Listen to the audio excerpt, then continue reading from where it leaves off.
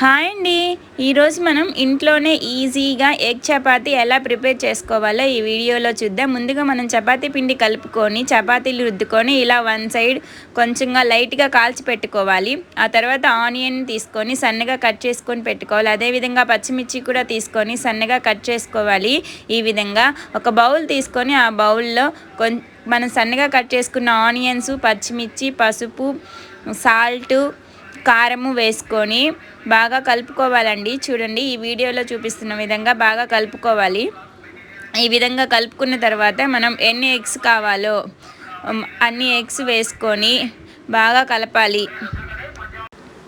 ఇప్పుడు మనం stove on చేసి ప్యాన్ పెట్టుకొని ప్యాన్ హీట్ అయ్యాక ఇందాక కాల్చి పెట్టుకున్న చపాతీని ప్యాన్ మీద వేసుకొని కొంచెం ఆయిల్ వేసుకోవాలి. కొంచెం ఆయిల్ వేసుకున్న తర్వాత చపాతీని ఇంకోవైపు తిప్పుకొని మళ్ళీ ఇంకొంచెం ఆయిల్ వేసుకొని మనం ముందుగా కలిపి పెట్టుకున్నాం కదా ఎగ్ అన్నీ, ఆ మిశ్రమాన్ని చపాతీ మీద వేసుకొని మళ్ళీ ఒకసారి ఆ మిశ్రమం పైన మనము కొంచెం ఆయిల్ వేసుకోవాలి. ఈ విధంగా ఆయిల్ వేసుకున్నాక చపాతీని తిప్పుకోవాలండి. ఇలా తిప్పినప్పుడు బాగా పఫీగా పొంగుతుంది. మనం ఆయిల్ వేయడం వల్ల చపాతీ కింద ఆమ్లెట్ అనేది బాగా పఫీగా పొంగుతుంది. అంతేనండి, ఎంతో టేస్టీ ఎగ్ చపాతీ రెడీ.